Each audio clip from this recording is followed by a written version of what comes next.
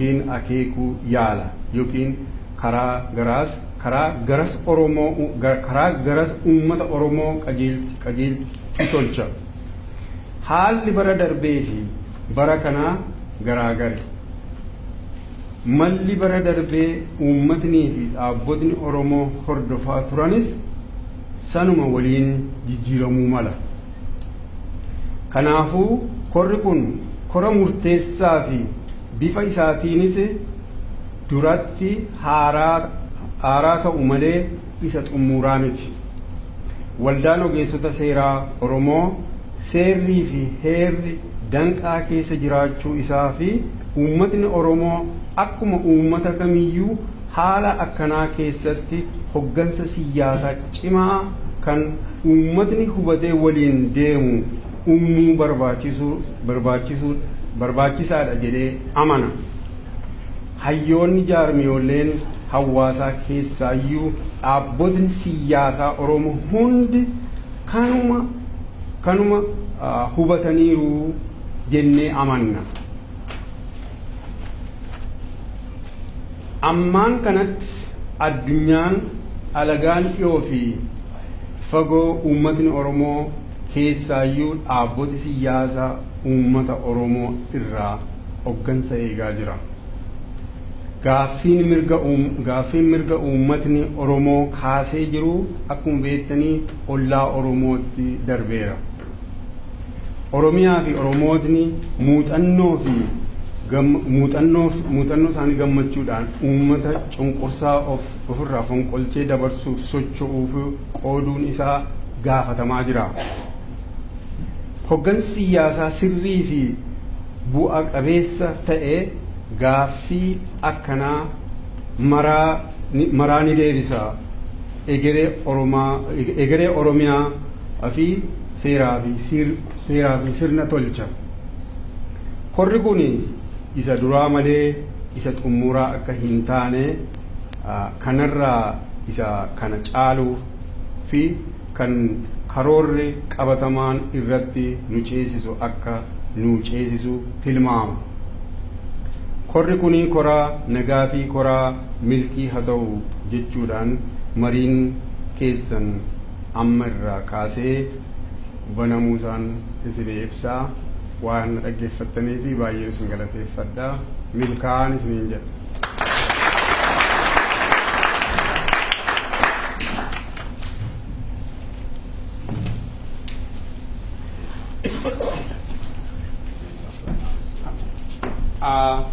Kanatti aanee waan goonuu marii keenya kan cheerii nuu godhanii obbo Tashaaleedha.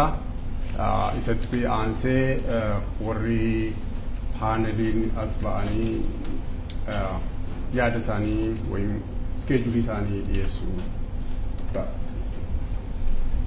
Obbo Tashaale.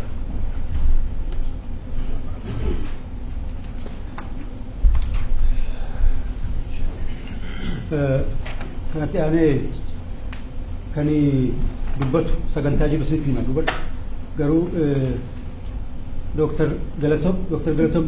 Trevor Truman moggaafamee erga Oromoo ta'ee booda Galatooma jennee waamnu kana booda Trevor jennee waamnu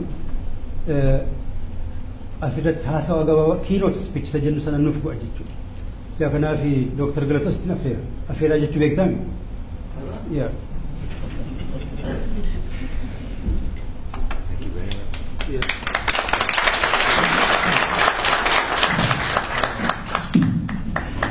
I'm not big enough for this. There we go. Well, thank you very much. And it's an honour and a privilege to address you here this weekend. Although I was initially reluctant to do so and needed persuading by Obbo Tashali there, and I'm still wondering why you wanted me to present a keynote address this weekend. However, I have to say it's really lovely to see friends from not only the UK but Germany, Belgium, Netherlands, USA, Canada, and especially friends from abroad that I've met in Kenya, people that I met in Kakuma, people who helped me in Kakuma camp and who helped me in the slums in Nairobi when interviewing refugees. It's wonderful to meet these people again. And I must say congratulations to the organisers. This is the first Oromo event I've ever been to that started within an hour of the opening time.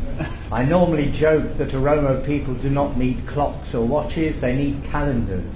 But today you've shown that watches are indeed appropriate. Well done.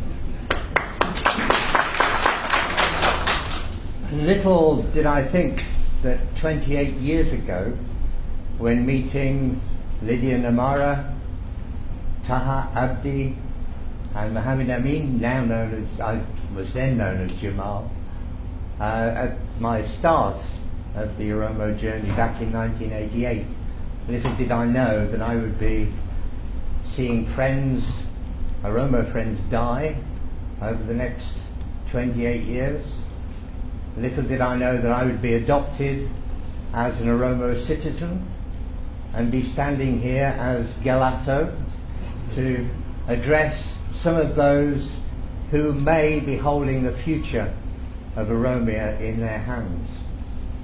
I'm not a politician, I'm a bad-tempered irritant, I'm politically naive, but I have some common sense observations which I will pass on. I've been present at many occasions which have been described as crossroads, turning points, pivotal moments. They were not. It's all part of a process with one important stage after another important stage. But today is important for several reasons. We are being noticed now more than ever before. We've been ignored up until now, partly because of poor organisation and partly because the Oromo people are poorly connected. We're benefiting now from other people's joining in the struggle and their connections, their better connections with the media and with NGOs, including Human Rights Watch and Amnesty International, which should be impartial. But because of these connections, more is being said about the Oromo struggle and the difficulties in Ethiopia. To some extent, this is our own fault.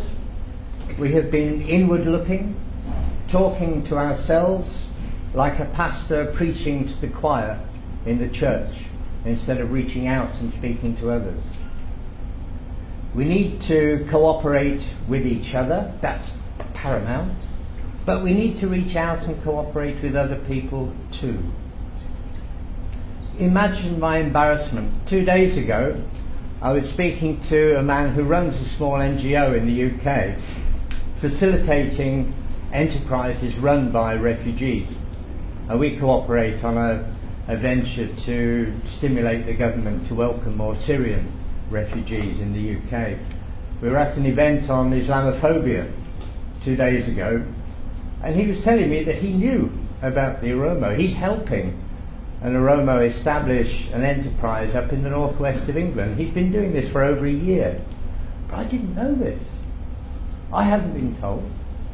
It's the lack of communication and cooperation between Oromo people in the UK. Imagine my disappointment when the Oromo Church in London refused to cooperate and help in financing the education of schoolgirls, Oromo schoolgirls in Nairobi. And imagine my anger when a couple of years ago I was delighted to be at a lovely Oromo wedding in London, when the pastor used this wedding, this joyful occasion, as a platform to launch a homophobic rant. And now this is not the way to do things. You don't campaign against other people's human rights when you're trying to promote your own human rights. This will not do the job. Or as we say in rural Britain, this won't get the pigs in. It won't cut the mustard. We need to get over our own egos. It's the trampled grass who are important, not the trumpeting elephants.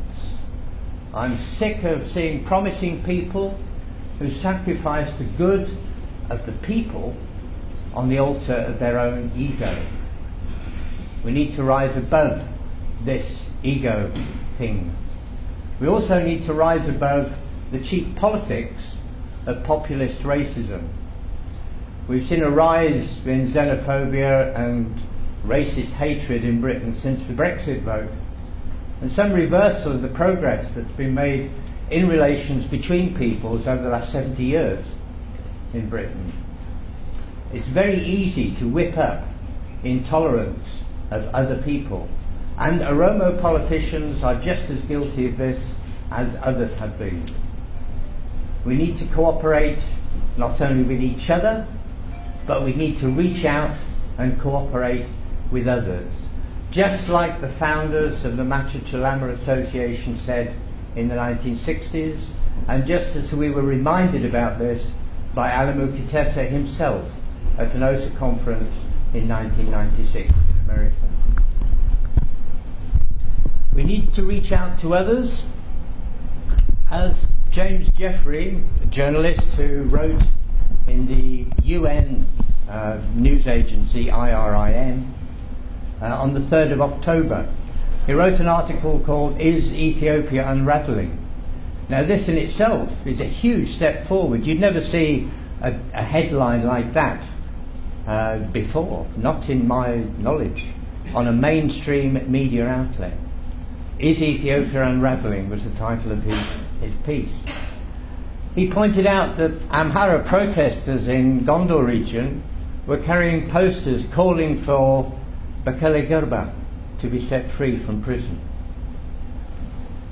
Have we seen Oromo protesting about the detention and torture of British residents and Gimbok 7 Vice Chairman and Dargachu Sige? Have we seen Oromo people protesting about that? Have we seen Oromo people going to the embassy? Have we seen Oromo people going to the Foreign and Commonwealth Office complaining about the treatment of Andargachu Sige, a British resident in Ethiopia? Have we seen that? I have not. How many Oromo have we seen campaigning about refugee rights in the UK? How many Oromo have we seen campaigning about the treatment of youngsters in Calais, or getting under 18-year-olds from Calais into the UK? This includes Oromo kids who come through Calais. Oromo are ideally placed to campaign against Islamophobia in the UK. With Oromo Christians, Oromo Muslims, we are ideally placed to be pivotal in that struggle. Have we seen Oromo doing this? No. Have we seen Oromo campaigning about the weapons trade? It's British weapons that are killing Oromo refugees in Yemen, dropped by the Saudi Arabian Air Force, whom we supply with planes and bombs. Have we seen Oromo complaining about this? No. Have we seen Oromo complaining about immigration detention in the USA and the UK?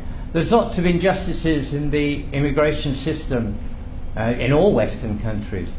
Have we seen Oromo complaining about that, protesting about that? No. We've all been inward looking.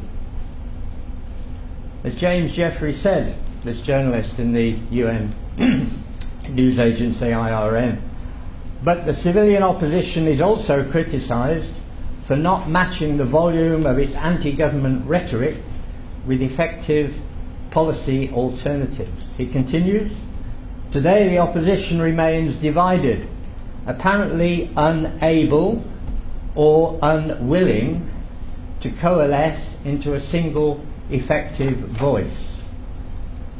This is your job this weekend, to begin forging this effective voice among yourselves and with others. The ability is there. We need the willingness, which is possible, to forge. We need to work hard.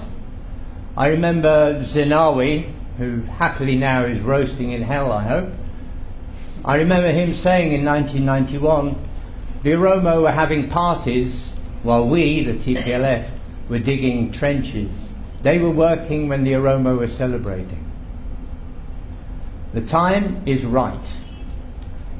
Ngasa Kumsa, one of my greatest Oromo heroes, said in, I think it was 1990, that the Oromo struggle is like a big cooking pot. It takes a long, long time to get it boiling. But once it's boiling, you cannot stop it. It will cook itself.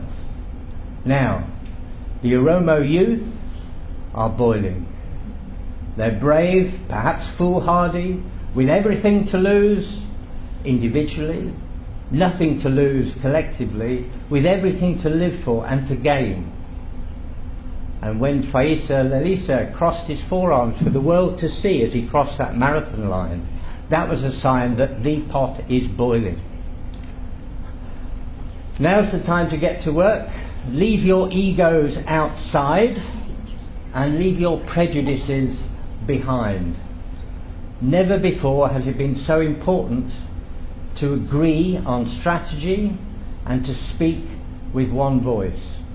I wish you good luck and may your gods be with you. Thank you.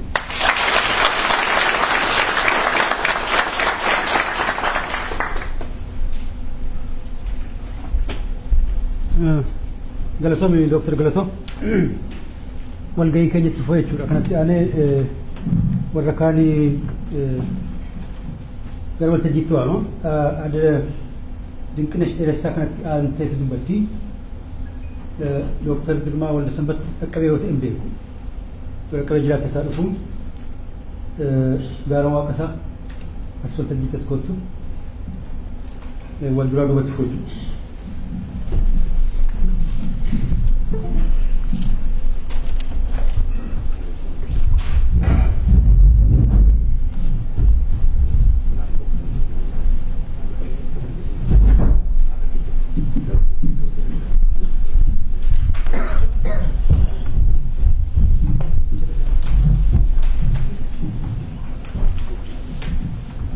Really, we are assessing the past and pointing the future. Whichever steps. Malakate ishenu ibsiti bakka buutu dubartootaati Ameerikaadhaa dhufte jechuudha. Waan ishee jettu mara dhagaa. Sagalee keessatti barbaachisa.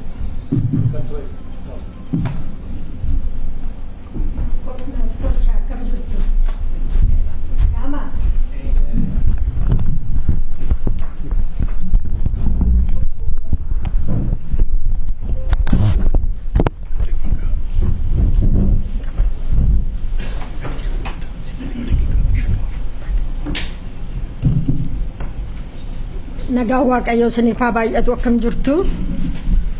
Akkuma obboleessi koo jedhee egaa waan natti fakkaatu isa kanaan dura maal keessa turree amma eessa jirraa gara fuulduraatti maal gochuu qabnaa isa jedhu waaniin qofaa kootti yaadu uummata koo saba koo wajjin gadi baasee dubbadhee waan ta'u irratti akka hubannu jedheeni. Duraan dursee warra sagantaa kana qopheessee asitti nu affeeree guddaan galateeffadha galatoomaan jedha.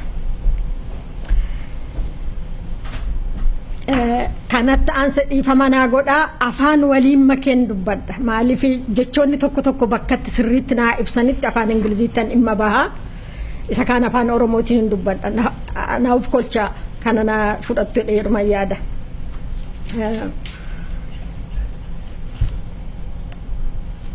Yoo fedha keessan ta'e dura jaarmiyaan bakka dhufee bakka bu'ee dhufe xinnoo ishee waa isaa ibsuu barbaada. Ijaarsa dubartoota Oromoo addunyaa bakka bu'een waamameera. Waa isaa xinnoo isheetuun ibsuu danda'e ranaa gootu.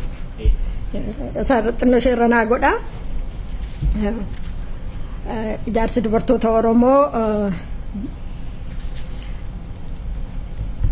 bara 2007 USA keessatti ijaarame non-profit non-political organizationidha. Kanenna visioninsa dubartoota Oromoo politically, economically, socially, culturally empowering gochuudha. Gabaabaadhumatti asirratti argitu yeroo nutti gabaabbata. Missioninsa isma argitan kanadha. Badaa keessa deebi'uun baadhe yeroo hin qabu inni nan darba gooliin keenya sachuma jira. Umarratti waa lama qofaan dubbachuu barbaada. Purpose keenya sachuma jira. Ifama sa'aatiin qabdu na jedhaniiru kanaaf ani gaggabaabsa.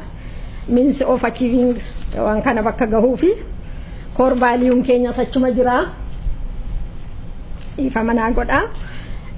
Amma ammaatti hojiin hojjetaa turre bakka adda addaatti dubartoota gurmeessuudha, ijaaruudha, konferansii adda addaa gochuudha, treeningii adda addaa walii kennuudha.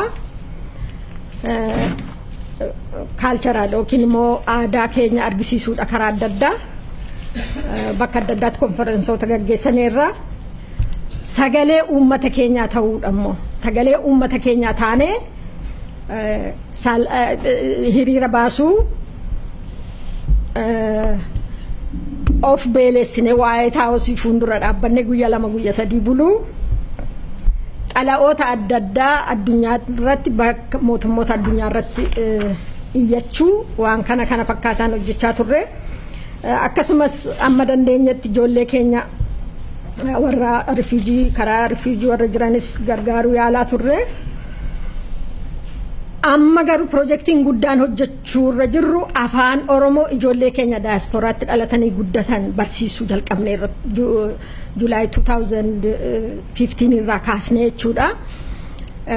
Kanarratti baay'ee namni hundumtu akkana dhagawaniin barbaadu generationiin Oromoo biyya alaa jiru nu booda dhaabachaa jira. Kana beekuu qabna. Identity crisis tokkoffaa identity crisis ijoollee keenya irratti uumaa jirra. Lammaffaa ijoolleen keenya Oromoo akka Oromootti taatee itti fufuu hin dandeessu. Awurooppaa fudhadhaa afaan adda addaatu jira. Jarman afaan isaa qabaa, Noorwee afaan isaa qabaa, biyyi hundumtu Faransaay afaan isaa qabaa. Ijoolleen kana keessatti guddatti. Ijoollee kana walitti fufnee sin Oromoodha jennee afaanittiin ijoollee kana Oromoo goonuu hin qabnu. Kana hundumti keenya hubannu. Erga darbeeti gaabbina nuti yeroo hundumaa.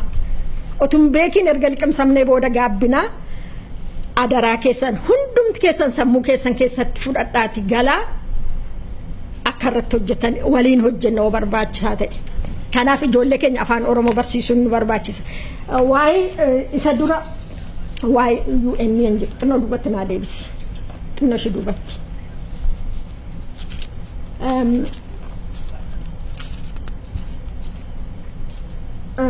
Xinnoo gadi buti. Darbe amma yitu na shidar barreeffama bira naa gala darbe ishee kana akka dubbisnu barbaada waa'ee UN inni jedhu darbe amma ifama darbe gadi fuulduratti darbe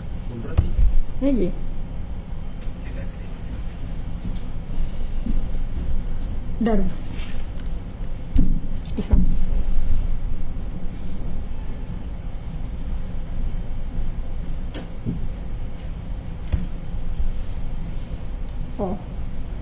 darbe kun ijoollee otoo sagaleen isaa dhagahamatee baay'ee namatti tola. Faarfannaattiin isaan afaan Oromoo caasaan keenya kana darbe ammayyuu kana asirratti deebi. Ishee kana naa dubbisa. Ishee kana waan UN jedhu waa'ee dubartootaa irratti naa dubbisa. Sirriitti naa dubbisa. Sinitti mul'ata miti ani dubbisuu nan barbaachisu. Please read it. Dubartootaa ijaaru. Harki 50 dubartoonni mana taa'anii haga deemnee as geenyeerra. Bu'aa keenya garuu argaa. We need dubartoota gadi baasu, dubartoota hirmaachisuun nurraa eegama tokko keenyarraa. Waan takkallee furmaata argachuu hin dandeenyu. Hirmaannaa dubartootaa ala. Kanaaf kanarrattis naa hubadhaa waanuma kana jedheen darbasaadhaa fi gara saharraattiin darba. Har'a seensa jedhutti naa baase. Okay. Ishee kana naa ilaalaa gaa. Oto kufnaa beekanii, kufnee cabnaa beekanii, agaarran utaalanii. Oto duunaa beekanii, duunee bannaa beekanii, walittuu nammaatanii jetti walliftuun biyya keenya. Kana naa qabadhaa.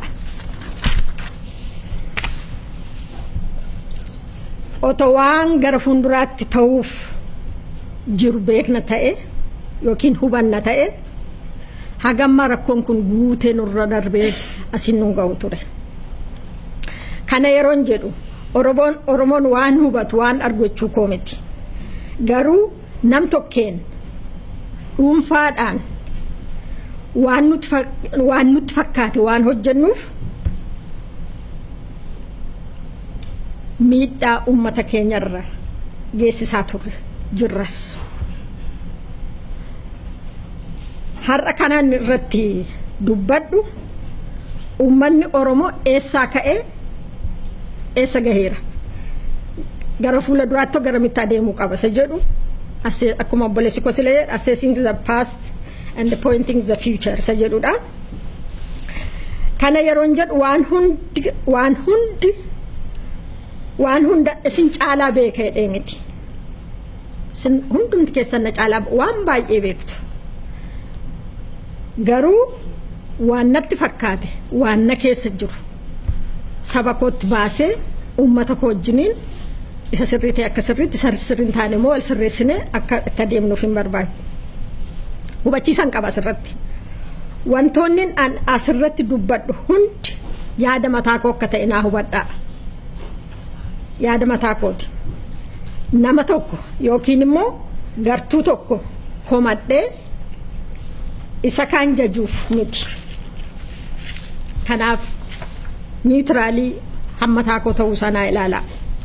Garuu immoo dhugaa jirtu irratti waan natti dhagahame firoottan koo waa'ee Oromoo nu galchettanii addana jirtan wajjiniin mari'achuudhaaf. Kana keessatti adaraa jedhee kaniin gaafadhu garaa qulqulluudhaan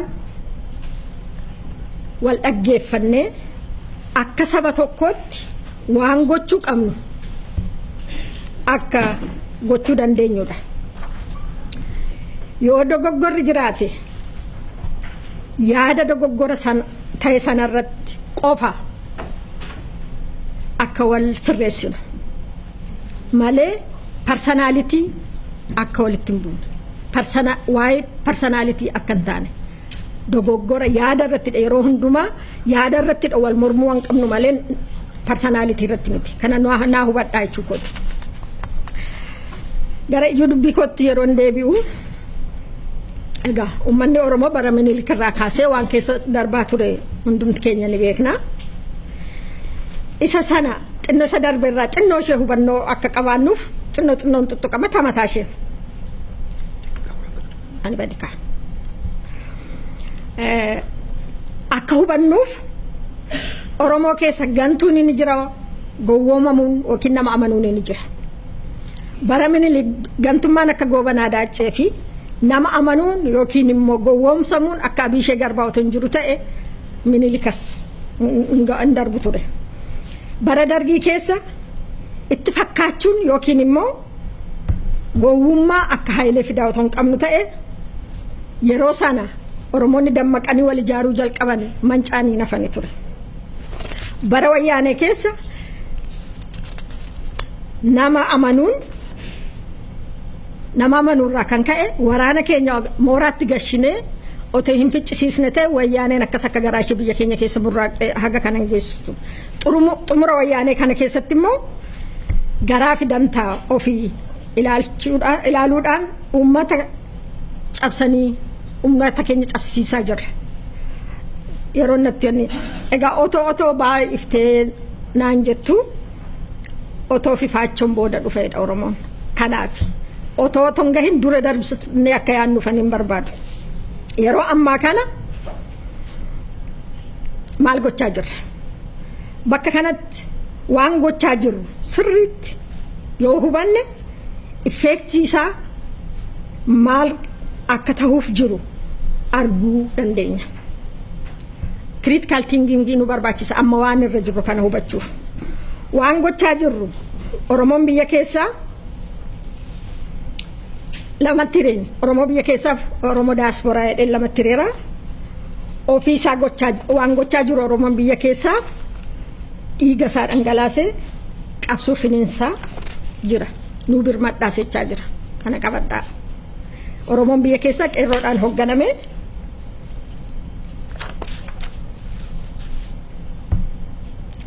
tokko tahee wayyaanee raasaa jira warra duris naasisaa jira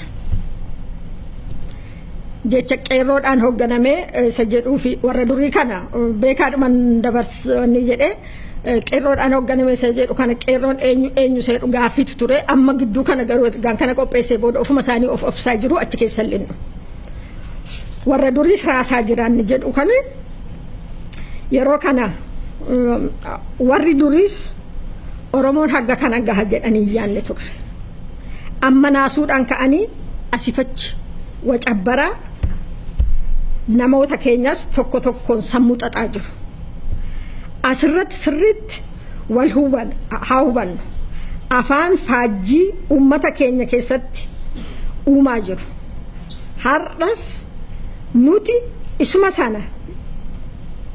isaan jedhan fuunee afarsaafii jirra jagnoota Oromoo nuu faarsaa jiru warra bara xaaliyaanii faa bara daddaa Itoophiyaaf du'an warra jedhan kana jagnoonni kun yeroo sana handhumanii fi Itoophiyaan kun jaara Itoophiyaa jedhanii handhumanii fi Itoophiyaa Abashaan keessatti kabajamu Oromoon keessatti salphatu eeguuf turan han hojjetaa turan malee Oromoon bakka biyya isaa ta'e abbaa biyyaa ta'e keessatti jiraatu miti isaan falmaa fi an turan jechuudha itti dhaadachuun keenya bu'aan isaa maaliidha se jedhu akka hubannuuf jedheen Oromoon diaspora maal gochaa jira mee tokko tokkoon keenya waan gochaa jirru ofii keenya haa ilaallu anarraa jalqabee jechuu kooti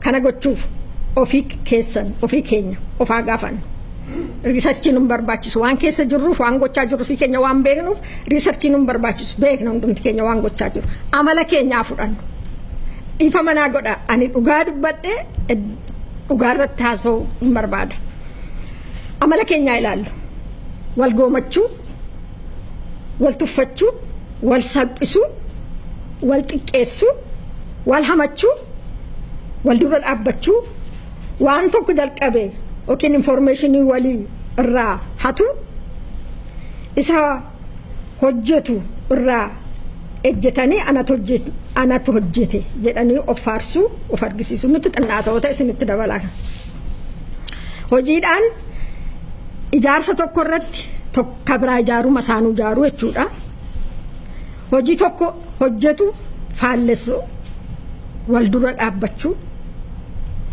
waan tokko jalqabe wal gargaaruurra wal dura dhaabbachuu jaarmiyaa tokko isa tokko kabajuurra wal dura dhaabbachuu akka hooggana uummata Oromoo maraatti uf agarsiisu yaaluu kabraa akkuma mataan nuuf mijatetti tokko karaa keenya irraa aangoota Ameerikaa kabiroo haasofsiisaa jirra qunnamtii gochuun hamaadha jechuu koo miti garuu yeroo nuti goon effektiin isaa maaliidha isa jedhudha kuni ani wala isa gara fuulduraa hin dubbanne isa gara fuulduraa waan jennee dubbisnutu murteessa akka fedha keenyaatti dhaqnee haasofsiisna inni tokko Itoophiyaa tiksuuf dubbata inni tokko Oromoo naa bilisoomuu jedhee dubbata jarruu kana nuu hubachuu hin danda'ani confusion isaan gidduutti uumna clearly waan ta'e warra Habashaa wajjin inni yeroo negotiate goonu kun wanniidha. Akkuma nutti dhagahamettidhaan wajjin hariiroo uumnu uummata Oromoo bakka buunee miti mataa keenyaan. Kuni walii gallee gaaffiin keenya maadha waan hojjechuu qabnu maalidha se jennee adda baafannee afaan tokko ta'e yeroo dhaqnee dubbanna ta'e waan gaariidha. Kameeraan kaasina.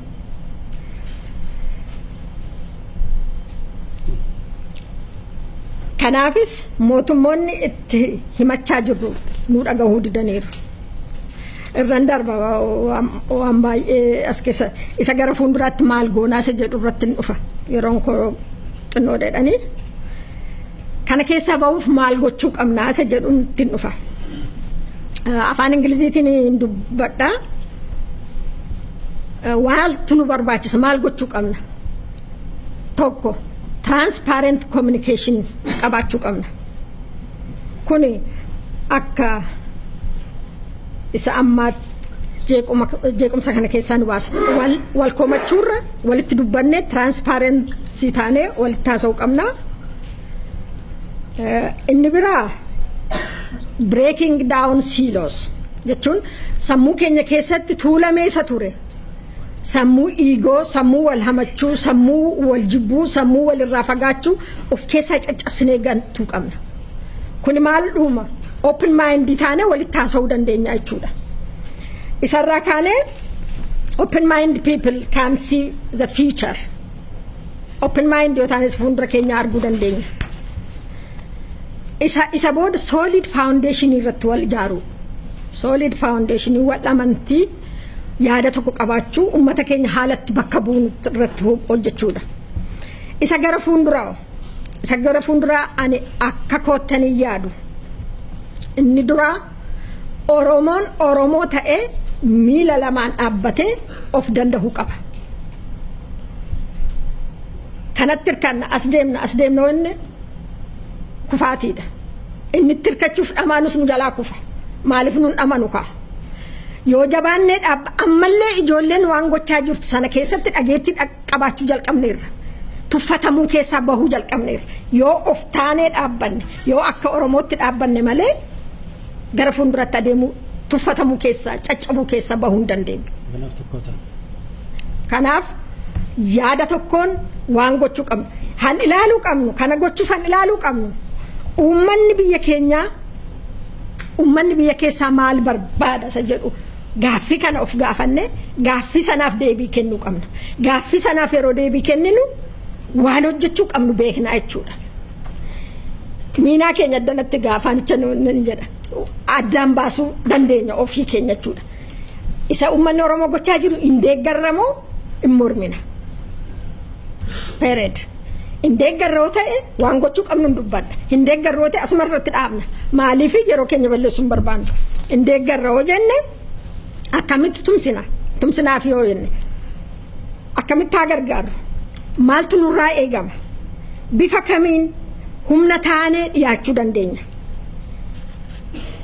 isa jedhu irratti mari'achuu qabna. Ani egaa Oromoon Oromoo ta'ee akka Oromootti ofiisaa danda'ee wal qabatee miila lamaan dhaabbatee kana booda abbaa fedhe wajjiniin haasa'e mootummoota aangoota biyya alaa wajjiniin haasa'e illee waan haasa'u beeka Oromoof dhaabbatee afaan tokko haasa'uu danda'a jechuudha. Ofii keenya saakrifaayisii qaba kana gochuuf egaa Oromoof hojjenna wanne Oromoo bakka buuna yookiin immoo afaan Oromoo isa biyya keessaa taanee dubbanna yoo jenne nurraa waan caccabuu qabutu jira kan jedhe sana. Ofii keenya caalchisuu dhiisnee uummata sana yoo caalchisne. Caalchisuu dandeenya. Itti hirkannaa bakka biraatii barbaaduu dhiisne Amaararraa yookiin mootummaa Ameerikaarraa barbaaduu dhiisne yoo ofii keenya dhaabbachuu dandeenya. Goolabne jechuudha. Sa'aatiin keenya xumuramee. Xinnoot na hafeera. Sa'aatii nu kenname keessatti xumuruun egaa dirqama waan ta'eef hundumarratti wanti kun ta'uuf deemaa nama baay'eedha qabna. Yeroo guddaa gaaffiif deebii keessatti yaadni waan jiruuf achi keessatti waan naaf ibsitaa sana dabarsiisa. Thank you. Ada dinqilesh baay'ee galatoomi.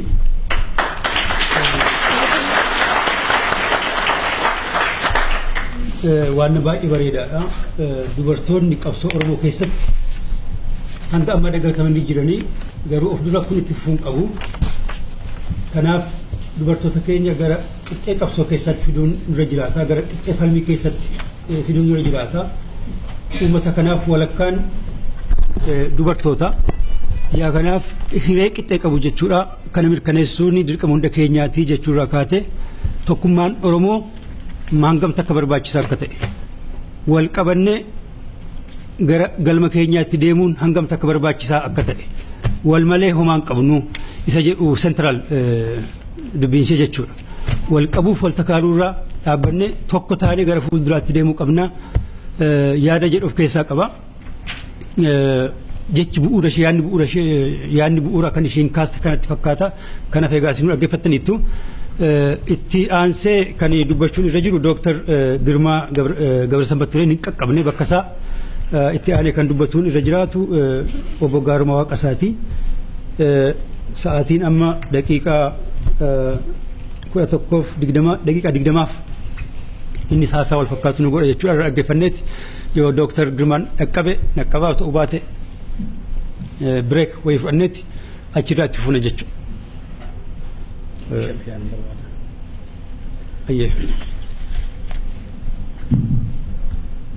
Okay, guddaa galatooma koree qophii kana qopheessee fi isinis asitti argamu keessaniif guddaa galatooma. Dhuguma namatti toltu. Oromoon akkas baay'atee yeroon arge xiqqaadha yeroo dheeraa fi kanaaf akkuma inni jedhetti fufagaa yeroon koo xiqqaadha.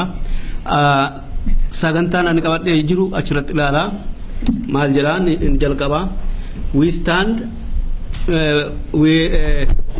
united we stand hunde sirriitti wannoon goone wanno gurme gararraa kutteetta ka okay amma argamaa jira united we stand divided we fall jedha jechaani yoo wal taane ni moona afaan Oromootiin jechaadha. Yoo moo wal hin taane yookiin immoo yoo wal amne immoo ni kufnaa yookiin ni mo'annaadha dubbichi. Akkuma beektani naannoo jedhu Human Rights League of the Horn of Africa dhaaba jedhu irraati hundi peejii lammaffaatti naa deebi'e. Isatti isin deebisaa gaggabaabsee isinitti barbaadaa namoonni baay'een beekuu dandeessu. Warreen beektan yoo jiraattan gaggabaabsee isin hima. Dhaabni kun kan dhaabbate 2007 Kanaadaa keessatti namoonni biyya turtan yookiin biyya keessa salgaltam keessa warri jirtanii gaazexaa urjii ni beektu. Gaazexaa urjii keessa hojjetaa turre yeroo sanatti immoo dhaaba tokko dhaabne turre Human Rights League kan jedhu jechaadha. Maaliif gaazexaan sun waan baay'ee baasuu waan dadhabdee fi waa'ee mirga namoomaa dhaaba waan barbaadu dhaabne turre jechaadha. Garuu irraa hidhamne waggaa tokko keessatti isa booda manadhaa keessaa erga baanee dhufne immoo akka carraa namoonni baay'een Kanaadaatti waan dhufanii fi achitti dhaabne jechaadha kana. Dhaabni kun erga dhaabbatee hojii guddaa baay'ee hojjeteera. Achirratti dubbisuu dandeessu. Gara 200 ol bifa adda addaan dhimma Oromoo irratti uummata biraa irratti illee gabaasiira jechaadha. Biyya lafaatti waliin ga'e jechaadha. Kanaafis gabaasni godhamaa ture walumatti qabamee dhugaa ta'uusaa fi walitti aansee ba'uusaa irraa kan ka'e United Nations keessatti dhaabni kun kursii qaba jechaadha. Kursii 15 qaba. Kursii sammatti irra teessan kan jechaadha. Miseensa United Nations jechaadha. United Nations waajjiroota 3 qaba gurguddaa. New York headquarter keessatti 5 qaba. Geneva keessatti qabna. Vienna keessatti 5 qabna jechaadha. 15 jechaadha. Kanatti dhimma ba'an jirru namoonni akka gurmaa'anii irra caalaayyuu karaa ikoonoomii yookiin immoo dinagdee karaa mirga namoomaa karaa hawaasummaa karaa adda addaa gurmaa'anii akka irratti hirmaatan yeroo baay'ee affeeraa ture gochuu hin dandeenye kursiin keenya sun achumatti gogee affeeraa qullaa affeeraa jechaadha. Ani waggaatti guyyaa 2 yookiin guyyaa 3 walgahii irratti hirmaadhee waan ta'aa jiru ibsa. Karaa kanaaf kursiin sun akkumatti lafatti hafee jira. namoonni kana fedhii kana qabdan irra caalaa yu researcheroon waa'ee researcherii kan mataa keessan kan dhiyeeffachuu barbaadoo jiraatan qunnamuu dandeessu jechaadha. Qunnamuu dandeessu akka irratti hirmaatantu jira. Yaaqtanii dhiyeeffatu waraqaa keessa jechaadha. Uummataafis dhimma baasaa isiniif dhimma baasaa jecha kanumaan bira darba. Isa jalatti anaan himuu barbaadu gara fuulduratti gara jalqabaatti na deebisa jalqabaarratti. Jalqaba page 1. Jalatti akkuma argitanii waan sadiitu jira. Inni tokkoffaan maal jedhaa yoo dhaabboleen keenya yookiin immoo uummanni keenya beektonni keenya yoo wal taane hawwii uummata keenyaa bakkaan ga'uu fi salphaadhaa jedha success yoo immoo akkasin ta'u taane faallaasaa yoo hojjenne gaaffiin uummata keenyaa amma jiru dhuman argatu yookiin immoo xumuran argatu itti fufaa jechaadha. Kun kan xiyyeeffatu Oromo illiis kan jedhaman irrattidha. Oromo illiis yookaan jennu baay'een keessan ni beektu. Namoota dhaaba keessaa qofaa miti. Namoota beektota irra caalaa immoo akka dhaabatti wal gurmeessan murteessoodha jechaadha. Kanaaf sadaffaa irratti kanan kaayeru dhaabboleen Oromoo adda addaa jiru. Dhaabboleen kun maqaa Oromootiin socho'aa jiru. Dhuguma maqaa Oromoo amma socho'aa jiranitti Oromoon stakeholders jechaadha hundumti keenyayyuu dhaaba sana keessa hin jiraatiin miseensadha. Warri hin jirres maqaa keenya waan socho'aa jiranii fi irraa gaaffii qabnaa jechaadha. Kana waan ta'eef dhaabboleen siyaasaa Oromoo maqaa Oromootiin socho'aa jiranii qoratamuu qabu ooditii ta'uu qabudha.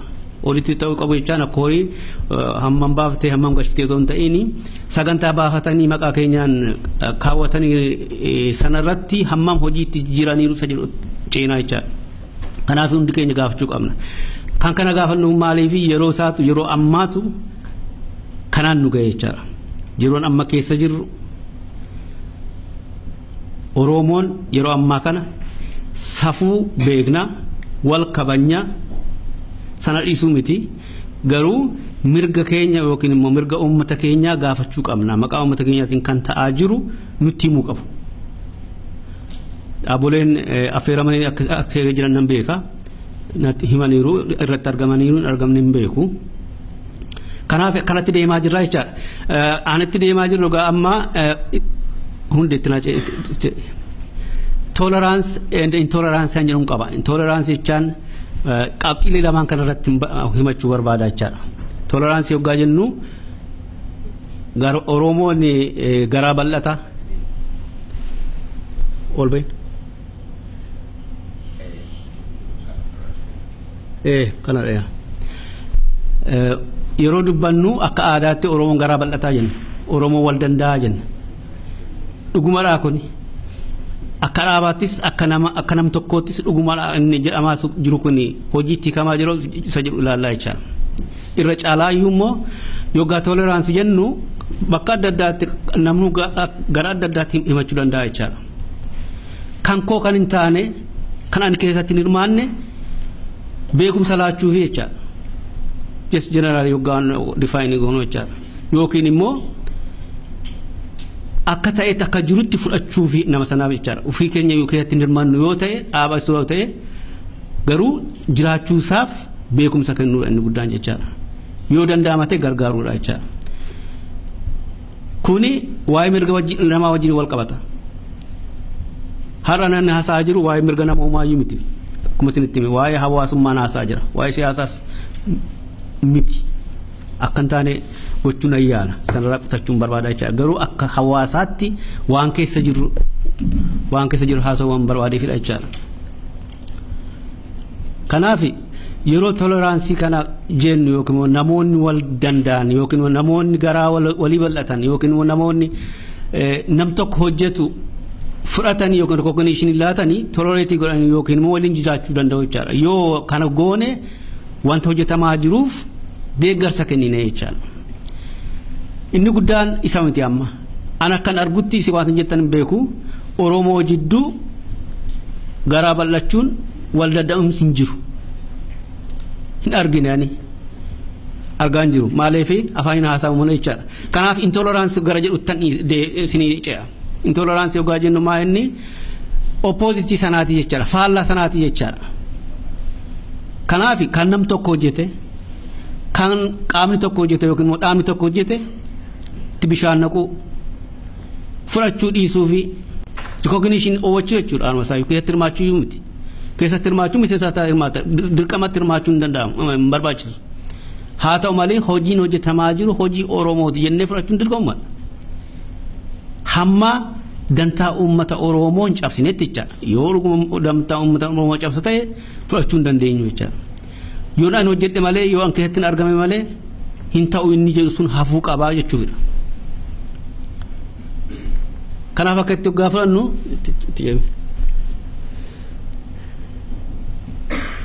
toleraansii yogaa laallu akka fakkeenyaatti footoo kana laala biyyoota adda addaati sadarkaa United Nationitti sadarkaa adda addaatti namoota biyya adda addaati fidanii wal cinaa kaanii namoonni waliin jiraachuu danda'u isaaniiti jechuudha silaa fiilmii tokko agarsiisa ture garuu qachirraa argachuu hin dandeenye gaarii tokkoon argise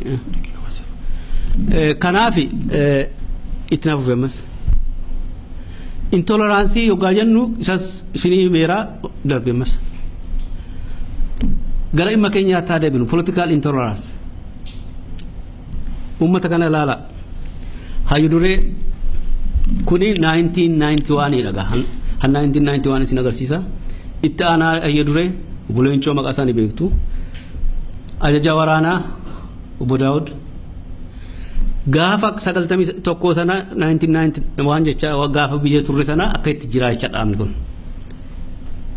haa ta'u malee yeroo amma maal akka jiru agarra ilaala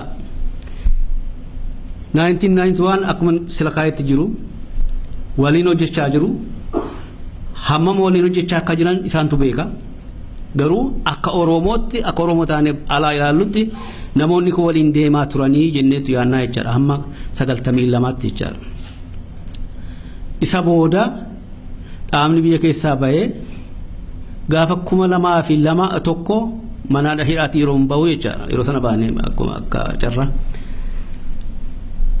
adda bilisummaa Oromoo lamatti hiramuu isaa agarree jechaadha ilaala inni tokko abaa'oo qaama coomsaan jirudha abaa'oo inni sun citee tafee jechaadha akkuma jiru tafee jechaadha kana lagaa gaaffiin keenya kanadha amma ummanni Oromoo dhaaba tokko keessa uummanni jiru waliin jiraachuu qaba yookiin waliin socho'uu qaba amma dhumaatti hin jedhuun qabnu nuti yoo wal dadhabanii yookiin immoo waliin taanee yoo ta'e yookiin immoo caashanii adda baheen caashisee uummata Oromoof hojjedhaa jedhame yoo waamee ta'e isokee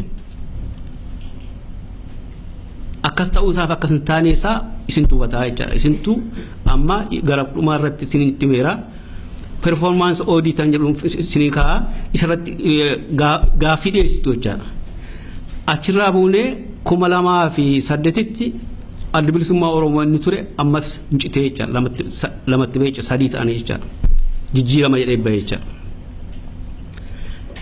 yeroo sana warri 2008tti adda bilisummaa Oromoo irraa citan kuni warra 2001tti citan irraa maal baratani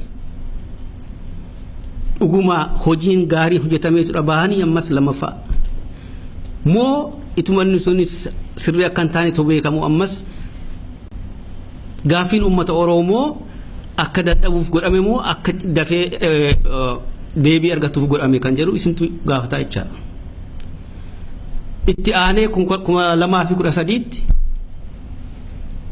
ammas hambiraa dhalate jechaadha maaliif dhalata dhuguma warri darbanii bu'aa fidanii immoo han isaan hanqisan guutuufidha sagantaan baafamee jiru sun yookiin fudhatame suni hojiirra ooleera 2013tti dhaabni dhaabbate jijjiirama keessaa fi adda bilisummaa Oromoo keessaa baanii ijaaramanii jechaadha 2013tti kan dhaabbate obboleencootiin kan hogganamu jechaadha nen Oromoo political party wajjin hidhannoo qabu jechaadha Egaa anan jechuu barbaade maal inni gara sadhumaatti akka ta'u darbiin dura dhaabboleen dhaabbachaa jiru kun dhaabbatiinaa kan jennuuf nuti gaaffii hin qabnu yookiin immoo diddaa irraa hin qabnu hojii maaltu hojjetame jiru irratti galchaa maqaa keenya nama dhaabbatanitti dhuguma hojiin hojjetame taanaan baay'ee gaarii hin hojjetamne taanaan accountability itti dhufu jechaadha audiitii sanatti dhufamaa jechaadha kanaafi akka itti akka ilaaltan hin barbaade jechaadha ani deebisaan jiru gaaffii dhiyeessaan jira isin wajjin dhiyeessuuf han deemaa jechaadha yoommoo yeroo ammaa kana uummanni Oromoo biyya keessa jiru qeerroon hoogganamee ijoolleen hawaasaan hojjetaa jiran maasii hawaasaan galmeessaa jiran ni beektu jechaadha dhuguma dhaabbileen dhaabbatan kun moo jiran kun isaan sana gargaaranii ji'a kudha lama waggaa kana keessatti illee hammam gargaaramaa jiru moo ammas itoo kun kanaan jiru uummanni soo rakkachaa jiru dhaabboleen nuti asitti akka aayilaandii tokkotti jiraachuu dandeenya dhuguma gaaffiin ammoo yoo ta'e fooyyessuun gaariidha hojjechaa kan jirru gaaffiin uummanni biyya keessaa gaafachaa jiru irratti hundoofneetudha kan jedhu gaaffii isa guddaadha jechaadha waliin argatu taanaan manni kun yookiin immoo qaamni ammas jiru kun ilaalee yaada isaatti kennachuu danda'a jechaadha it's not too late fooyyessuun ni danda'ama yookiin immoo bakka hin jirru yoo ta'an immoo wal goomsuu hin qabnu nutis wal saalfachuu hin qabnu gandaan isaa ta'u yookiin immoo umriitiin isaa ta'u yookiin immoo wal beekumsaan isaa ta'u kuni dhaabbachuu qaba uummanni Oromoo biyya keessaa du'a sodaateetu ijoolleen du'a sodaataniitu gaayita tokko dubbaftaniitu kaleessa ijaarsi dubartoota Oromoo bara 2007 USA keessatti ijaarame non-profit non-political organizationidha kanenna visioniinsa dubartoota Oromoo politically economically socially culturally empowering gochuudha gabaabaadhumatti asirratti argitu yeroo nutti gabaabbata mishiiniinsa isma argitan kanadha badaa keessa deebi'uun baadhe yeroo hin qabu inni nan darba gooliin keenya sachuma jira umarratti waa lama qofaan dubbachuu barbaada purpose keenya sachuma jira ifama saatiin qabduna jedhaniiru kanaaf ani gaggabaabsa means of achieving waan kana bakka gahuu fi core value keenya sachuma jira ifama naa godha ammammaatti hojiin hojjetaa turre bakka adda addaatti dubartoota gurmeessuudha ijaaruudha konferensii adda addaa gochuudha training adda addaa walii kennuudha cultural yookiin immoo aadaa keenya argisiisuudha karaa adda addaa bakka adda addaatti konferensoota gaggeessaneerra sagalee uummata keenyaa ta'uudha immoo sagalee uummata keenyaa taanee hiriira baasuu of beelessine waa'ee taa'osii fuuldura dhaabbanne guyyaa lama guyyaa sadii buluu xalaoota adda addaa addunyaa irratti bakka mootummoota addunyaa irratti iyyachuu waan kana fakkaataan hojjechaa turre akkasumas amma dandeenyetti ijoollee keenya warra refugee karaa refugee warra jiranis gargaaruu yaalaa turre amma garuu projektiin guddaan hojjechuu irra jirru afaan Oromoo ijoollee keenya diasporaatti dhalatanii guddatan barsiisuu jalqabne July 2015 irraa kaasnee jechuudha kanarratti baay'ee namni hundumtu akkana dhagawaniin barbaadu generationiin Oromoo biyya alaa jiru nu booda dhaabachaa jira kana beekuu qabna identity crisis tokkoffaa identity crisis ijoollee keenya irratti uumaa jirra lammaffaa ijoolleen keenya Oromoo akka Oromootti taatee itti fufuu hin dandeessu Awurooppaa fudhadhaa afaan adda addaatu jira Jarman afaansaa qabaa Noorwee afaansaa qabaa biyyi hundumtu Faransaay afaansaa qabaa ijoolleen kana keessatti guddatti ijoollee kana walitti fidnee sin Oromoodha jennee afaanittiin ijoollee kana Oromoo goonuu hin qabnu kana hundumti keenya hubannu erga darbeeti gaabbina nuti yeroo hundumaa otun beekin erga liqimsamnee booda gaabbina adaraa keessan hundumti keessan sammuu keessan keessatti fudhadhaati galaa akka irratti hojjetan waliin hojjennoo barbaachisaa ta'e. Kanaaf ijoollee keenya afaan Oromoo barsiisuun nu barbaachisa. Waa'ee isa dura waa'ee UN jedhu xinnoo duubatti naa deebisi. Xinnoo ishee duubatti.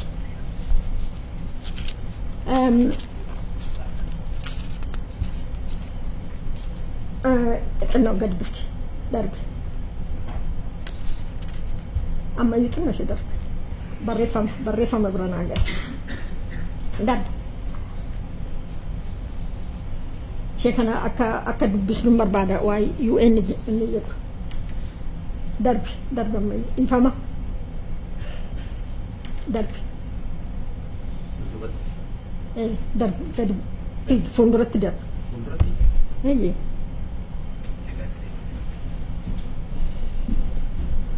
Darbe. Ifama.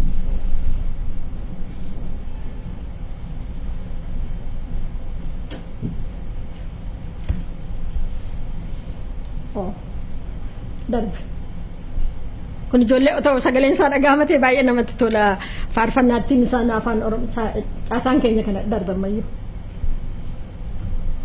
Kana asirratti deebi. Ishee kana naa dubbisaa. Ishee kana waan UN jedhu waa'ee dubartootaa irratti naa dubbisaa. Sirriitti naa dubbisaa. Sinitti mul'ata miti ani dubbisuu nan barbaachisu. Please read it.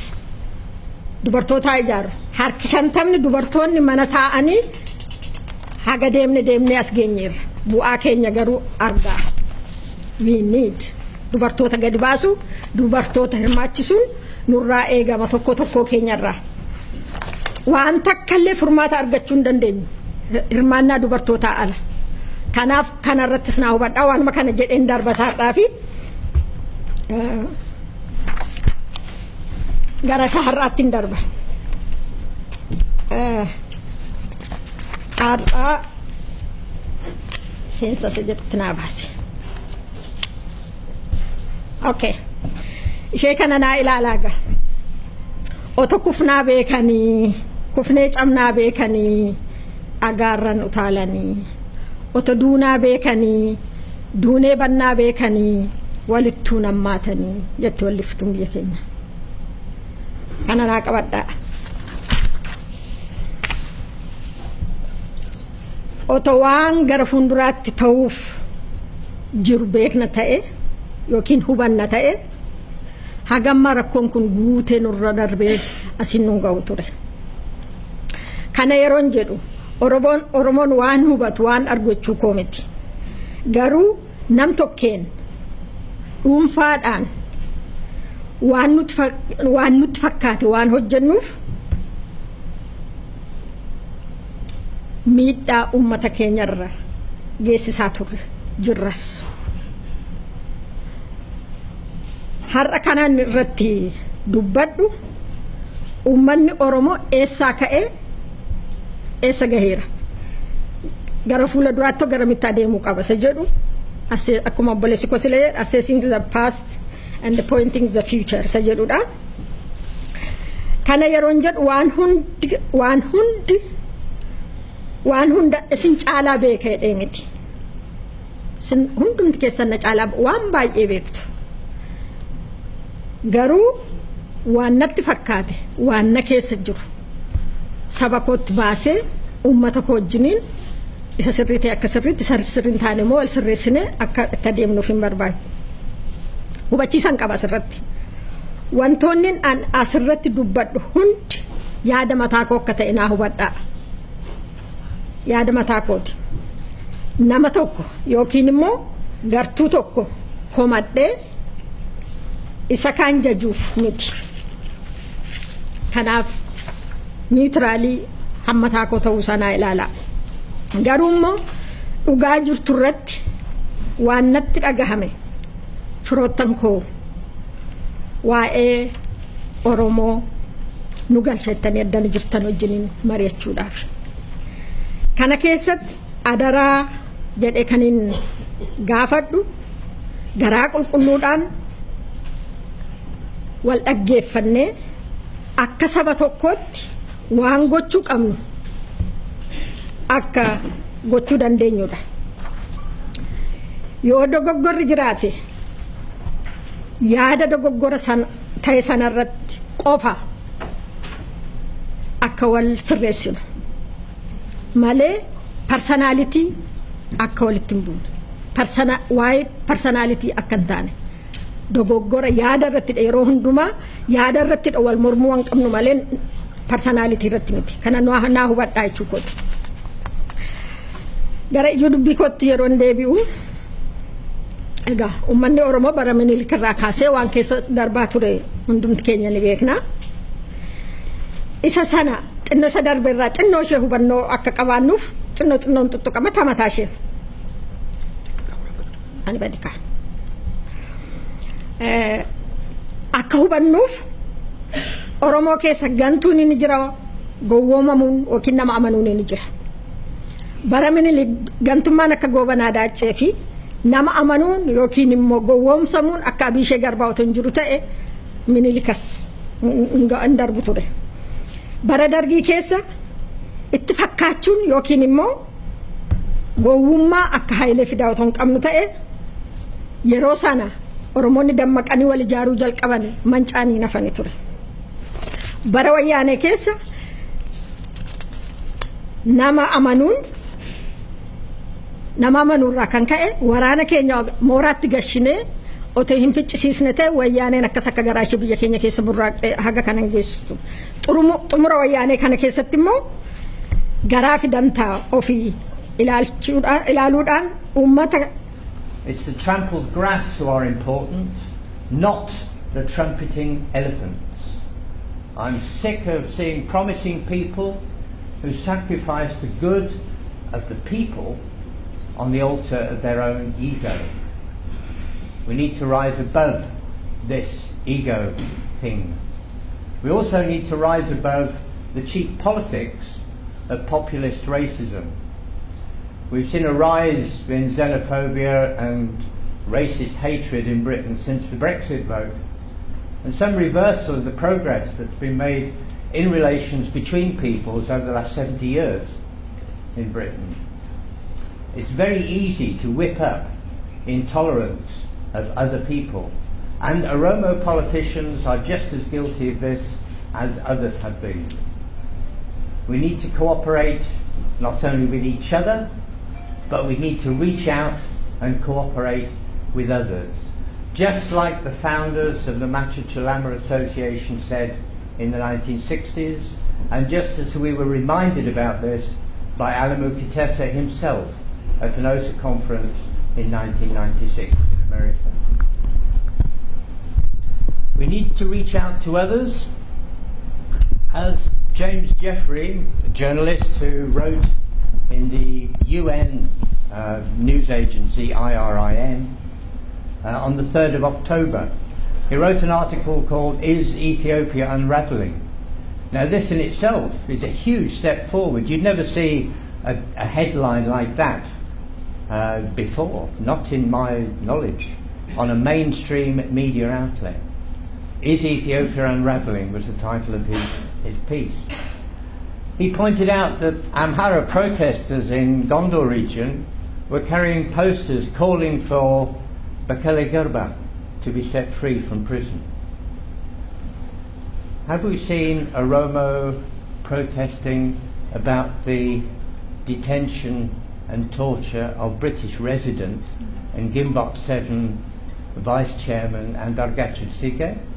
Have we seen Oromo people protesting about that? Have we seen Oromo people going to the embassy? Have we seen Oromo people going to the Foreign and Commonwealth Office complaining about the treatment of Andargachu Sige, a British resident in Ethiopia? Have we seen that? I have not. How many Oromo have we seen campaigning about refugee rights in the UK? How many Oromo have we seen campaigning about the treatment of youngsters in Calais, or getting under 18-year-olds from Calais into the UK? This includes Oromo kids who come through Calais.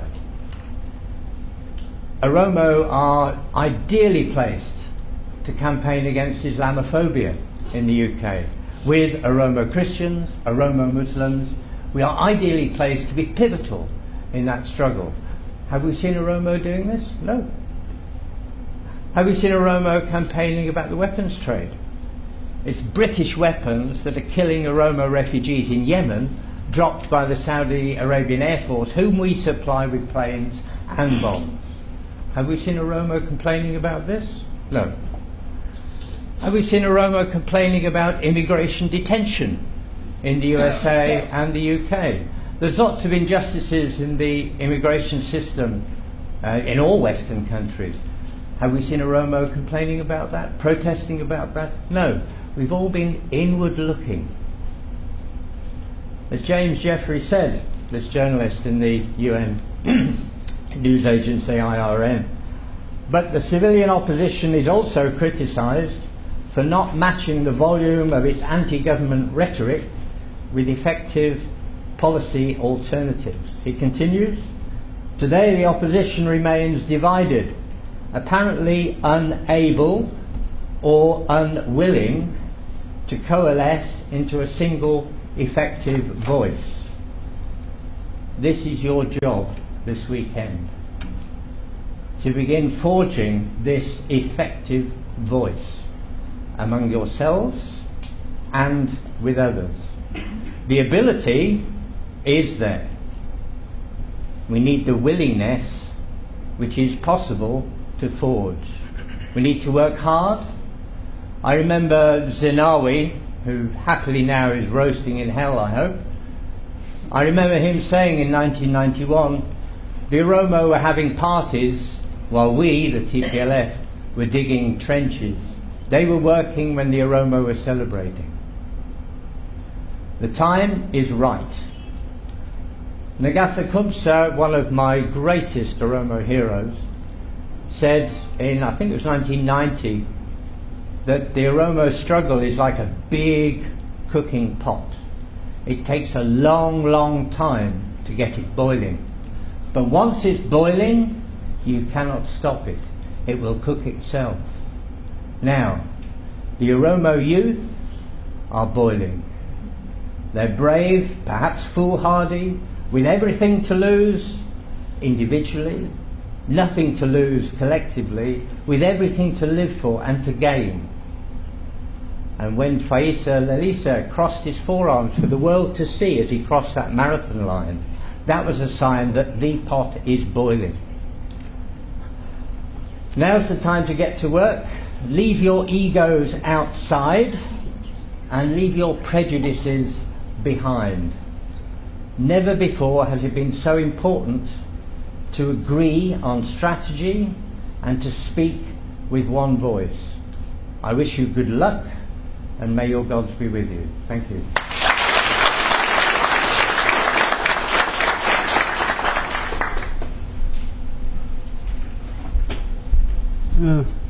Galatomi Dr. Galato walgahii keenyatti fufee jechuudha. Kanatti aanee warra kaanii gara waltajjiitti waama. Adda Dinqinesh Dheeressaa kanatti aanteetu dubbatti. Dr. Girmaa Waldasanbat dhaqqabee yoo ta'e hin beeku. Dhaqqabee jiraata isaa dhufu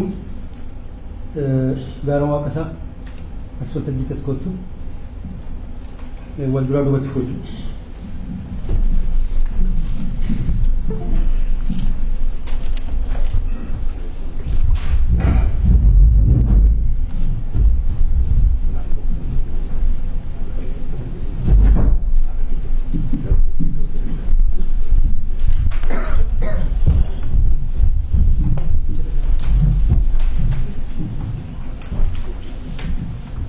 Really, we are assessing the past and pointing the future. Whichever is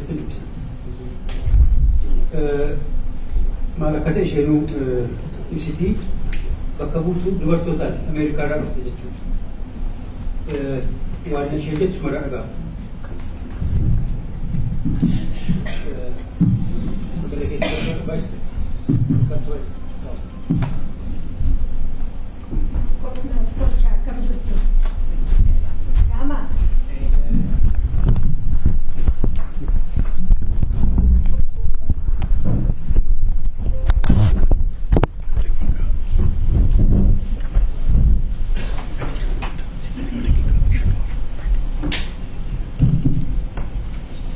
nagaa waaqayyoo isiniif haa baay'atu akkam jirtu.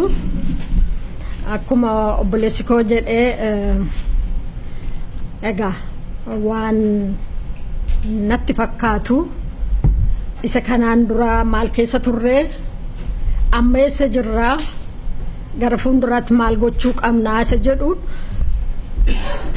waaniin qofaa kootti yaadu uummata koo saba koo wajjin gadi baasee dubbadhee waan ta'u irratti akka hubannu jedheen. Duraan dursee warra sagantaa kana qopheessee asitti nu affeeree guddaan galateeffadha galatoomaan jedha. Kanatti aansa dhiifama naa godha afaan waliin makeen dubbadha maaliif jechoonni tokko tokko bakkatti sirriitti naa ibsanitti afaan ingiliziittan dhimma bahaa isa kaan afaan oromootiin dubbadha naaf kolcha kana naa fudhattu dheeruma yaada.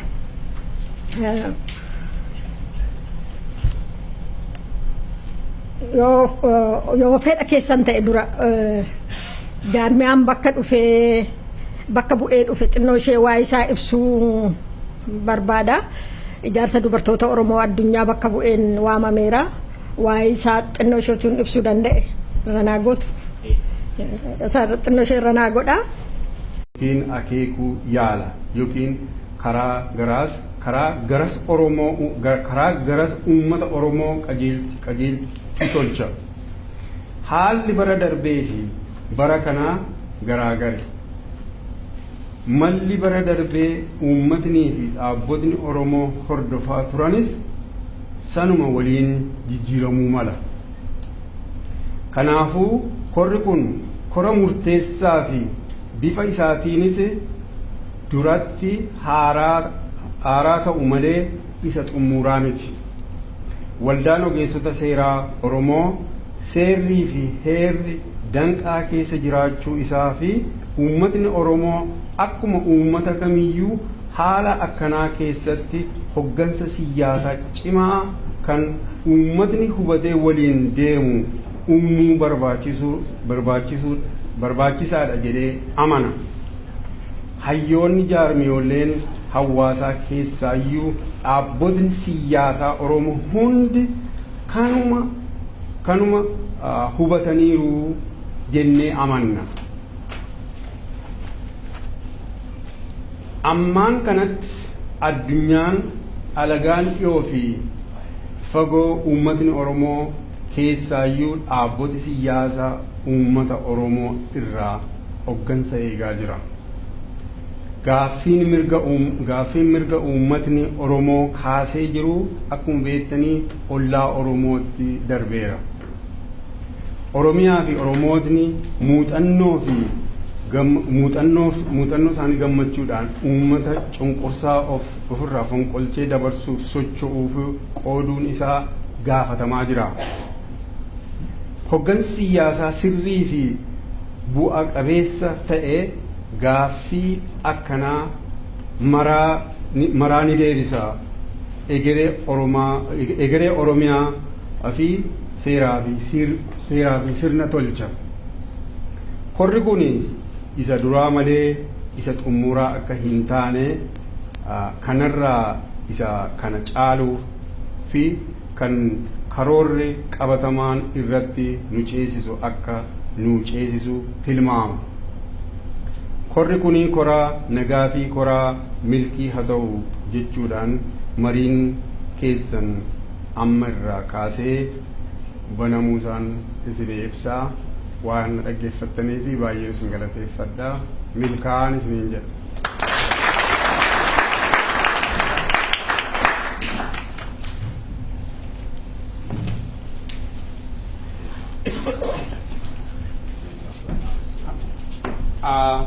Kanatti aanee waan goonuu marii keenya kan cheerii nuu godhanii obbo Tashaaleedha. Isatti aansee warri paaneliin as ba'anii yaada isaanii wayim iskeejulii isaanii dhiyeessu. Obbo Tashaale.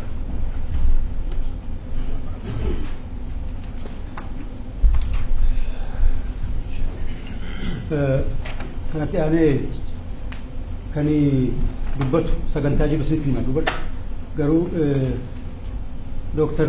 Galatom Dr. Trevor Truman moggaafamee erga Oromoo ta'ee booda Galatom jennee waamnu kana booda Trevor jennee waamnu asirratti haasawaa gabaabaa keynote speech isa jennu sana nuuf go'a jechuudha. Yaa kanaaf Dr. Galatom sitti affeeraa jechuu beektaa mi? Yaa.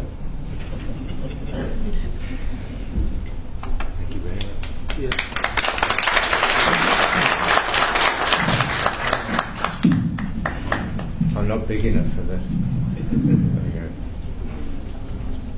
Well, thank you very much. It's an honour and a privilege to address you here this weekend.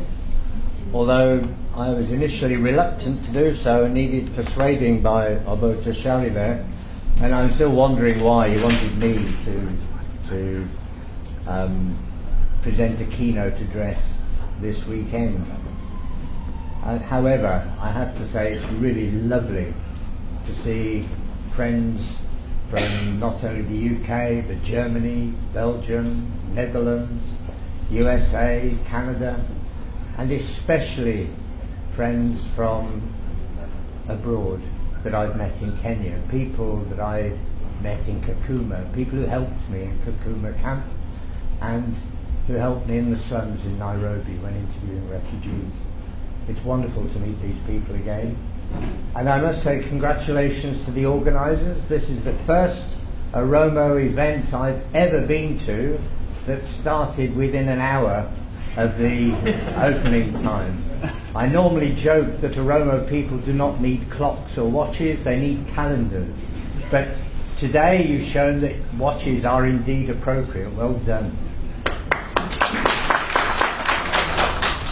Little did I think that 28 years ago, when meeting Lydia Namara, Taha Abdi, and Mohammed Amin, now known as, I was then known as Jamal, at my start of the Oromo journey back in 1988, little did I know that I would be seeing friends, Oromo friends, die over the next 28 years.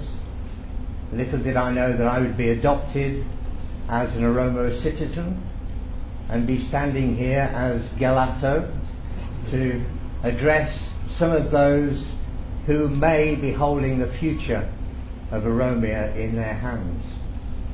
I'm not a politician, I'm a bad-tempered irritant, I'm politically naive, but I have some common sense observations which I will pass on. I've been present at many occasions which have been described as crossroads, turning points, pivotal moments. They were not. It's all part of a process with one important stage after another important stage. But today is important for several reasons. We are being noticed now more than ever before. We've been ignored up until now, partly because of poor organisation and partly because the Oromo people are poorly connected. We're benefiting now from other people's joining in the struggle and their connections, their better connections with the media and with NGOs, including Human Rights Watch and Amnesty International, which should be impartial. But because of these connections, more is being said about the Oromo struggle and the difficulties in Ethiopia. To some extent, this is our own fault. We have been inward looking, talking to ourselves like a pastor preaching to the choir in the church instead of reaching out and speaking to others. We need to cooperate with each other, that's paramount, but we need to reach out and cooperate with other people too. Imagine my embarrassment. 2 days ago, I was speaking to a man who runs a small NGO in the UK, facilitating enterprises run by refugees. And we cooperate on a venture to stimulate the government to welcome more Syrian refugees in the UK. We were at an event on Islamophobia 2 days ago, and he was telling me that he knew about the Oromo. He's helping an Oromo establish an enterprise up in the northwest of England. He's been doing this for over a year. But I didn't know this. I haven't been told. It's the lack of communication and cooperation between Oromo people in the UK. Imagine my disappointment when the Oromo Church in London refused to cooperate and help in financing the education of schoolgirls, Oromo schoolgirls in Nairobi. And imagine my anger when a couple of years ago I was delighted to be at a lovely Oromo wedding in London, when the pastor used this wedding, this joyful occasion, as a platform to launch a homophobic rant. And now this is not the way to do things. You don't campaign against other people's human rights when you're trying to promote your own human rights. This will not do the job. Or as we say in rural Britain, this won't get the pigs in. It won't cut the mustard. We need to get over our own egos.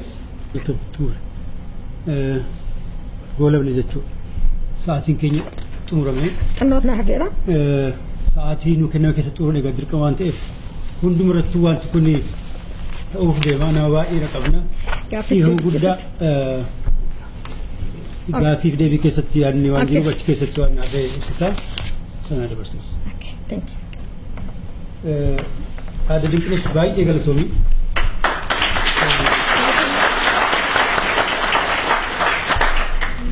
Waan baay'ee bareedaadha. Dubartoonni qabsoo Oromoo keessatti hanga amma dagaagamanii jiranii garuu of dura kun itti fufuun qabu. Kanaaf dubartoota keenya gara qixxee qabsoo keessatti fiduun nurra jiraata, gara qixxee falmii keessatti fiduun nurra jiraata.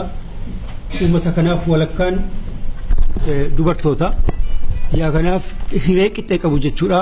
Kana mirkaneessuun dirqama hunda keenyaati jechuurraa kaate tokkummaan Oromoo maangam takka barbaachisaa akka ta'e wal qabannee gara galma keenyaatti deemuun hangam takka barbaachisaa akka ta'e wal malee homaan qabnu isa jedhu central dubbiinshee jechuudha. Wal qabuuf wal takaaluurraa dhaabbannee tokko taanee gara fuulduraatti deemuu qabna yaada jedhu of keessaa qaba. Jechi bu'uura ishee yaadni bu'uura kan ishiin kaaste kanatti fakkaata. Kanaaf egaa isin dhaggeeffattaniittu itti aansee kan dubbachuun irra jiru Dr. Girmaa Gabrasambatturee ni qaqqabne bakka isaa itti aanee kan dubbatuun irra jiraatu obbo Gaaruma Waaqasaati.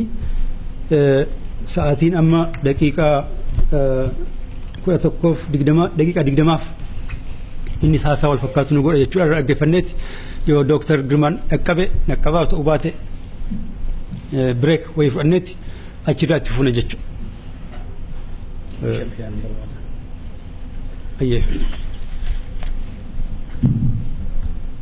Okay, guddaa galatooma koree qophii kana qopheessee fi isinis asitti argamu keessaniif guddaa galatooma. Dhuguma namatti toltu. Oromoon akkas baay'atee yeroon arge xiqqaadha yeroo dheeraa fi kanaaf akkuma inni jedhetti fufagaa yeroon koo xiqqaadha. Sagantaan ani qabadhee jiru achirratti ilaalaa maal jedhaan inni jalqabaa we stand united we stand hunde sirriitti wannoon goone wanno gurbe gararraa kutteetta ka okay amma argamaa jira united we stand divided we fall jedha jechaani yoo wal taane ni moona afaan Oromootiin jechaadha. Yoo moo wal hin taane yookiin immoo yoo wal amne immoo ni kufnaa yookiin ni mo'annaadha dubbichi. Akkuma beektani naannoo jedhu Human Rights League of the Horn of Africa dhaaba jedhu irraati hundi peejii lammaffaatti naa deebi'e. Isatti sin deebisaa gaggabaabsee isinitti barbaadaa namoonni baay'een beekuu dandeessu. Warreen beektan yoo jiraattan gaggabaabsee isin hima.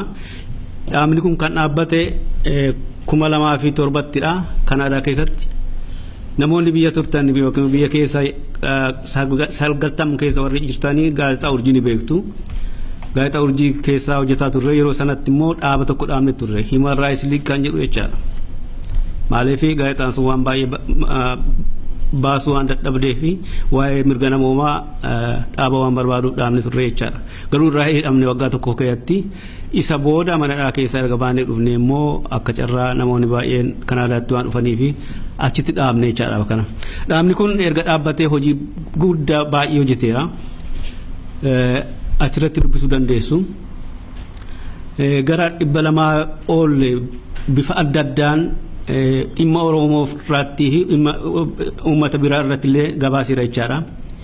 Biyya lafaatti waliin ga'e jechaadha. Kanaafis gabaasni godhamaa ture walumatti qabamee dhugaa ta'uusaa fi walitti aansee ba'uusaa irraa kan ka'e United Nations keessatti dhaabni kun kursii qaba jechaadha. Kursii 15 qaba.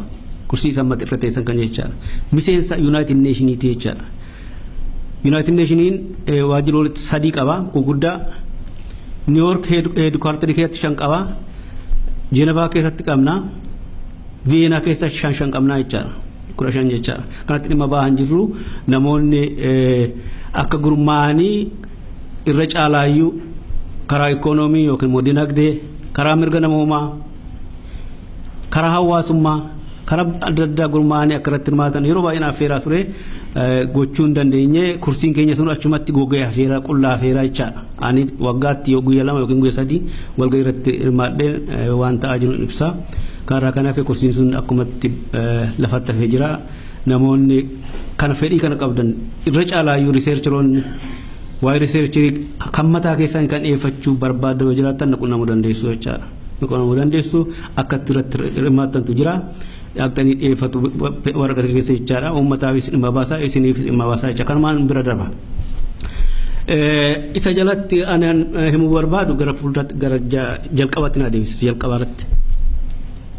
Jalqaba page 1 jalatti akkuma argitanii waan sadiitu jira inni tokkoffaan maal jedha yoo dhaabboleen keenya yookiin immoo uummanni keenya beektonni keenya yoo wal taane hawwii uummata keenyaa bakkaan ga'uu fi salphaadhaa jedha success yoo immoo akkasin ta'u taane faallaasaa yoo hojjenne gaaffiin uummata keenyaa amma jiru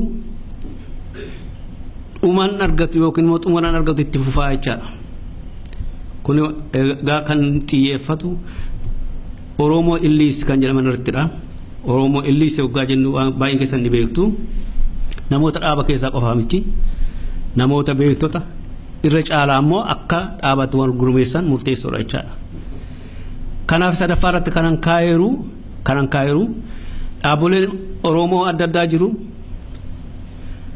Dhaabboleen kun maqaa Oromootiin socho'aa jiru.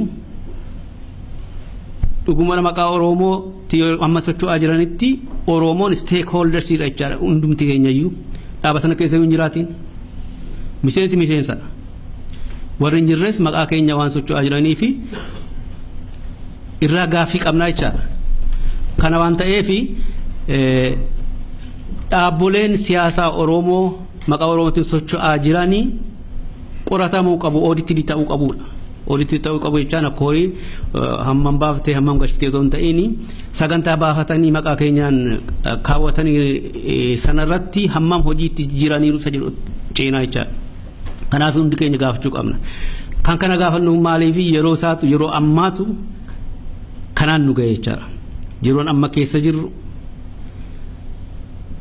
Oromoon yeroo ammaa kana safuu beekna wal kabanya sana dhiisuu miti garuu mirga keenya yookiin immoo mirga uummata keenyaa gaafachuu qabna. Maqaa uummata keenyaatiin kan ta'aa jiru nutti himuu qabu. Dhaabboleen affeeramanii akka jiran nan beeka.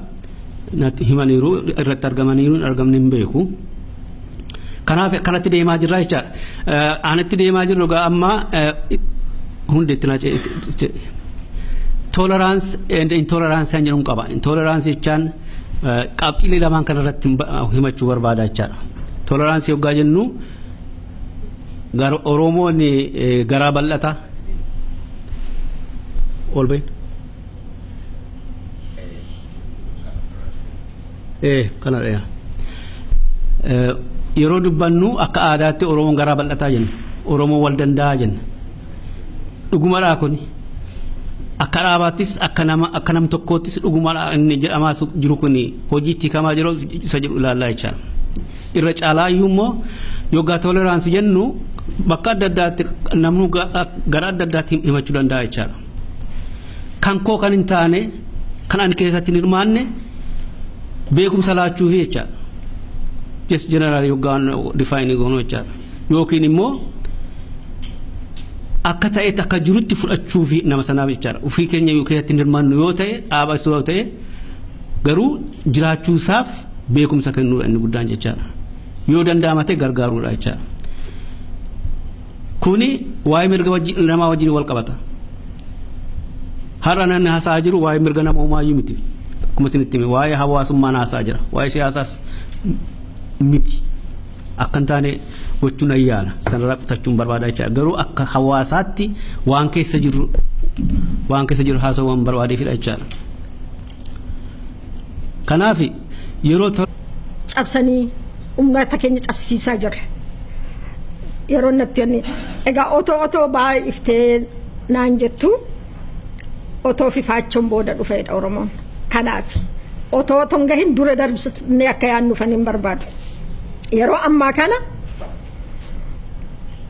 maal gochaa jirra bakka kanatti waan gochaa jiru sirriitti yoo hubanne effektii isaa maal akka ta'uuf jiru arguu dandeenya critical thinking nu barbaachisa amma waan irra jiru kana hubachuuf waan gochaa jirru Oromoon biyya keessaa lamatti reeni Oromoo biyya keessaaf Oromoo diaspora jedhee lamatti reera ofiisaa waan gochaa jiru Oromoon biyya keessaa dhiiga isaa dhangalaasee qabsoo finiinsaa jira nu birmadhaa sechaa jira kana qabadhaa Oromoon biyya keessaa qeerroodhaan hoogganame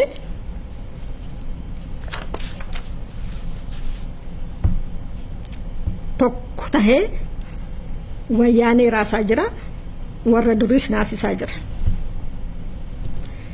jecha qeerroodhaan hoogganame isa jedhuu fi warra durii kana beekaadhuman dabarsanii jedhee qeerroodhaan hoogganame isa jedhu kana qeerroon eenyu isa jedhu gaaffiitu ture amma gidduu kana garuu gaan kana qopheessee booda ofuma isaanii of obsaa jiru achi keessa linnu warra duriis raasaa jiran jedhu kana yeroo kana warri duriis Oromoon hagga kana gaha jedhanii yaanne ture amma naasuudhaan ka'anii asifachi wacabbaraa namoota keenyas tokko tokkoon sammuu xaxaa jiru asirratti sirriitti wal hubannu afaan faajjii ummata keenya keessatti uumaa jiru har'as nuti isuma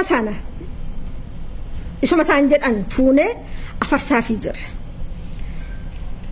jagnoota Oromoo nuu faarsaa jiru warra bara xaaliyaanii faa bara daddaa Itoophiyaaf du'an warra jedhan kana jagnoonni kun yeroo sana handhumanii fi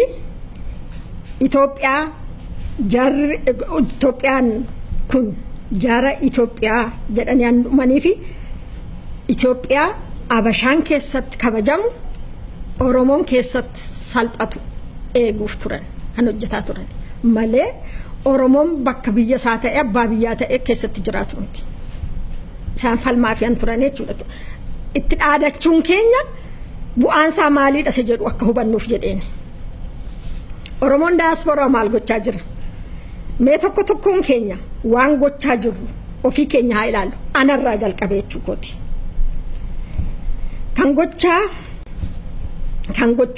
kana gochuuf ofii keenya ofaa gaafannu riisarchiin nu barbaachisu waan keessa jirruuf waan gochaa jirru fi keenya waan beeknuuf riisarchiin nu barbaachisu beekna hundumti keenya waan gochaa jiru amala keenyaa fudhannu ifa manaa godha ani dhugaa dubbadhee dhugaa irratti haasa'uu hin barbaada amala keenyaa ilaallu wal goomachuu wal tuffachuu wal salphisuu wal xiqqeessuu wal hamachuu wal dura dhaabbachuu waan tokko jalqabee yookiin informationii walii irraa hatu isa hojjetu irraa ejjetanii anatu hojjete jedhanii of faarsuu of argisiisu nuti xinnaa ta'uu ta'e isinitti dabalaa hojiidhaan ijaarsa tokko irratti tokko biraa ijaaruu masaanuu ijaaruu jechuudha hojii tokko hojjetu faallessu wal dura dhaabbachuu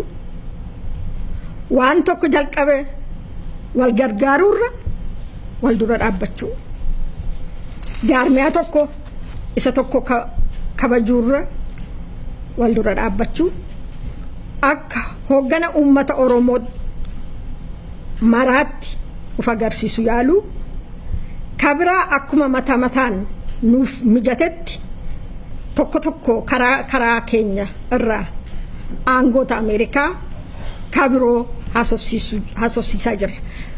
Qunnamtii gochuun hamaadha jechuu koo miti garuu yeroo nuti goon effektiin isaa maaliidha isa jedhudha. Kuni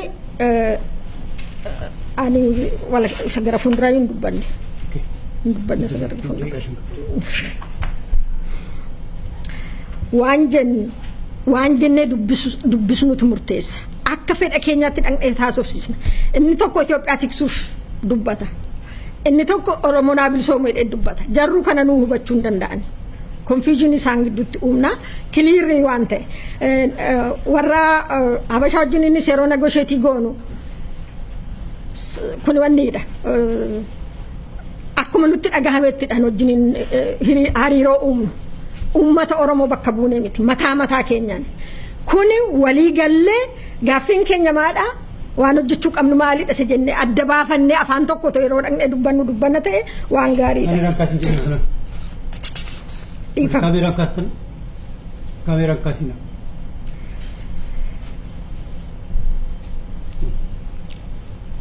Kanaafis mootummoonni itti himachaa jirru nu dhagahuu didaniiru. Irraan darba waan baay'ee as keessa isa gara fuulduraatti maal goonaa isa jedhu irratti dhufa yeroon koo xinnoo dheedhanii kana keessaa ba'uuf maal gochuu qabnaa isa jedhu ittiin dhufa. Afaan Ingiliziitiin dubbadha. Waaltu nu barbaachisa maal gochuu qabna. Tokko transparent communication qabaachuu qabna. Kuni akka isa amma jeequmsa kana keessaa nu baasa wal komachuurra walitti dubbannee transparency taanee walitti haasa'uu qabna.